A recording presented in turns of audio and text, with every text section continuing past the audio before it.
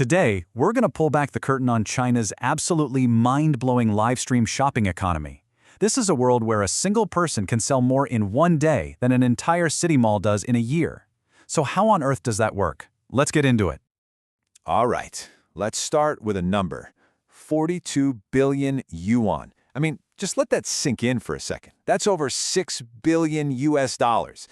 Now, what do you think this number represents? It's not a country's budget or a movie's global box office.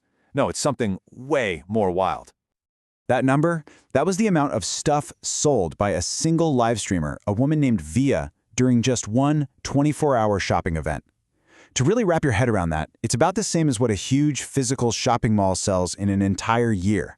Yeah, one person, one day, versus a whole mall for a whole year. It's insane.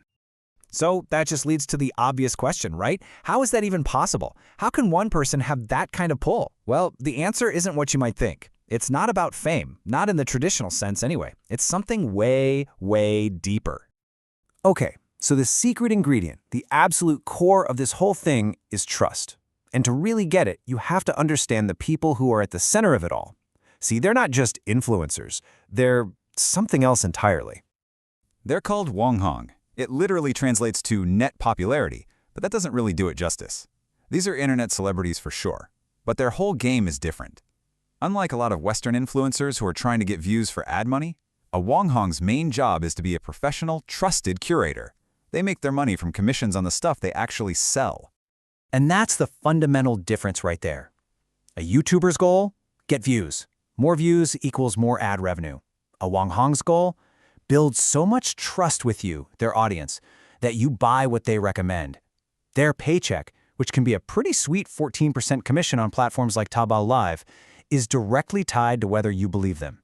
If they steer you wrong, they lose. And this quote from Via herself just nails it. She says, "The most important thing is whether I would want to buy the product with my own money." Think about that.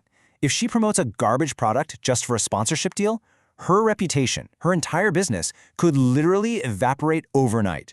Her financial success is perfectly aligned with her audience getting a good deal. It's a game changer. But you gotta ask, why is this model so big in China specifically? Well, it's because this whole high-tech digital thing is actually built on a really old cultural habit. This isn't a new behavior, it's just the latest version of it.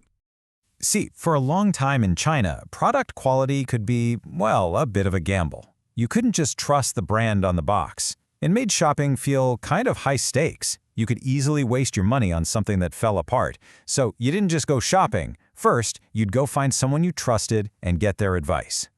And you can actually watch this referral buying culture evolve right alongside the technology. It started super simple, right? You just ask a friend, hey, where's a good place to buy shoes? Then with smartphones, it became friends sharing a seller's WeChat account. Then social e-commerce pops up and you're sharing product links for group discounts. And now, we're at the final boss level, the Wanghong. They're like that one trusted super friend who's giving recommendations to millions of people all at the same time. And this trust, it isn't just because they have a great personality. It's built on real professional expertise. The top Wanghong often come from the industries they talk about, like Via.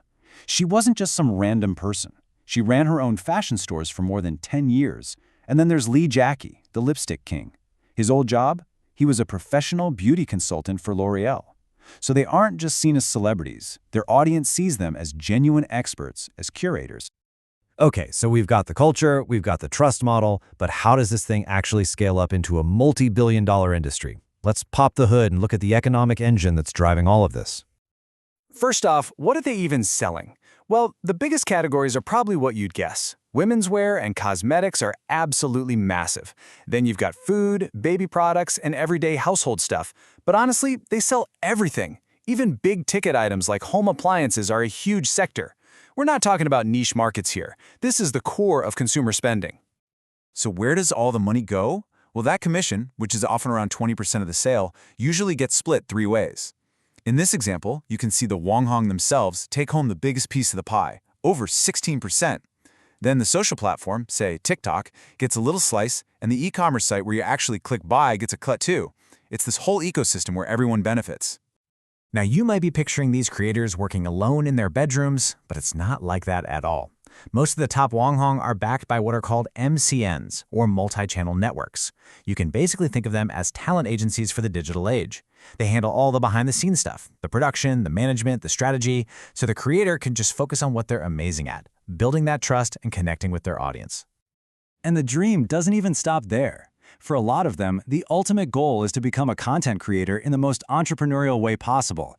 We're talking about launching their own MCN, getting investors, and building a whole business empire from the ground up. You know, when young people in China say they want to be a YouTuber, this is often what they really mean. It's not just about being famous, it's about being a founder. So, what does this all mean for the future of shopping? This trust-based model is so incredibly powerful that it's starting to break out of the internet. It's now fundamentally changing how retail itself works. What we're seeing now is that traditional physical stores are starting to create their very own in-house influencers, or what you could call micro-Wanghong. They've figured out that the same principles of trust and a personal recommendation can work just as well inside a brick-and-mortar store as they do online. And there's this perfect case study with the In-Time department store chain. What they did was create a team of about 100 of their best sales staff, called Tao Guijie. These employees started making short video reviews of products, and customers could buy directly from the app. But here's the brilliant part. They become Wanghong you can actually meet. You can watch their review online, trust their expertise, and then walk into the store and talk to that exact same person. It's this amazing blend of the digital world and the real one. And all of this really leaves us with one big final thought. This entire $6 billion economy wasn't built by a giant corporate marketing department. It was built on the simple personal ability to earn trust. So as commerce everywhere gets more social and more personal, you have to wonder, is the future of sales not about having the biggest brand, but about being the most trusted voice?